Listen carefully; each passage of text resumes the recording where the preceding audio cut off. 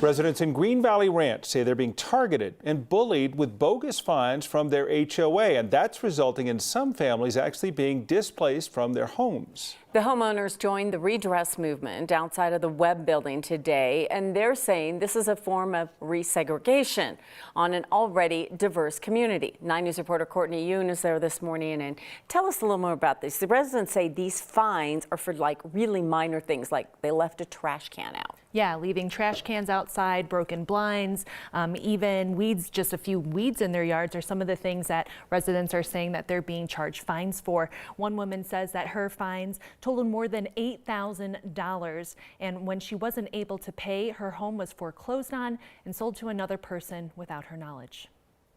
So since then, it's been a nightmare for us.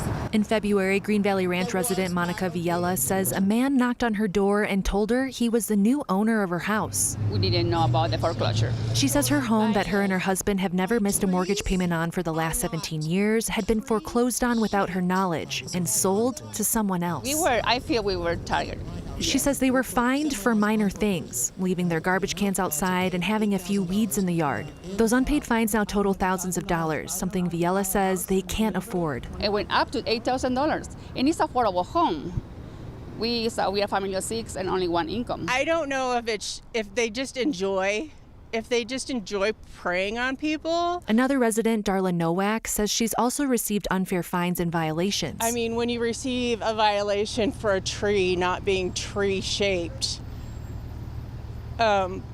it boggles your mind. She says she won the court case that involved her tree when a judge couldn't find anything in the bylaws that showed she was violating a rule. Then she was summoned to court for another issue, a temporary fence she set up for her small dogs. Yes, I had to get a loan to pay it off so that I could keep my home. Here's a photo of the fence Nowak says she was fined $1,400 for having. She also had to pay $14,000 in attorney fees. She says now she lives in fear each day. When my doorbell rings, I'm afraid to answer it. I don't know if it's going to be another person trying to summons me again for violations. I don't know, but I've heard numerous. I called the HOAs involved and was not able to get a comment. The redress movement says they're calling on the Office of the Denver Clerk and Recorder and the Department of Housing Stability to track demographic data on foreclosures in Denver. They say this is needed because they believe people of color may be being targeted. It's always odd because we hear of these HOA stories, and many people get into a fight with their HOA over something like your mailbox color or whatever, something ridiculous, it seems like.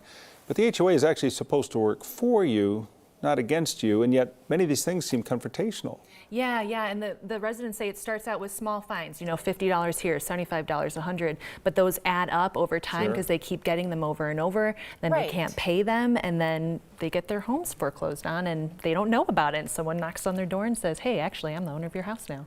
Oh my goodness, I can't even imagine. And when you think about it, I mean, if you want to get nitpicky, everybody has like a weed or two or something that they shouldn't be doing, you left your trash cans out for too long or something like that. Well, hopefully they'll get what they deserve in this, but it's hard to get that money back. And when you talk about the fact they live in fear.